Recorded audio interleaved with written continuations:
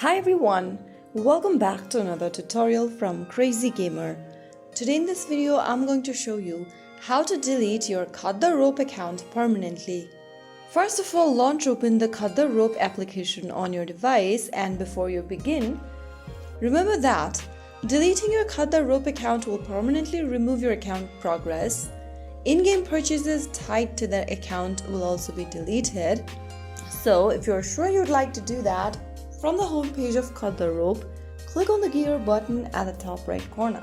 From the expanded menu that appears on the screen, click on Game Progress. Now here, you will see Account Deletion button, which you should tap on. If you're sure you'd like to delete the account, you can click on Yes. But remember that after you do that, this will erase all of your personal data affiliated with the account. You will also lose any in-app purchases, and they'll not be able to refund you. So if you're sure you'd like to do that, click on Yes. Press the Yes button for a few seconds, and then your account will then be deleted. So that's how you easily delete the Cut the Rope account permanently in just a few simple steps. If you found the video helpful, don't forget to like, share and subscribe to the channel. I will see you again in the next episode. Thank you for watching.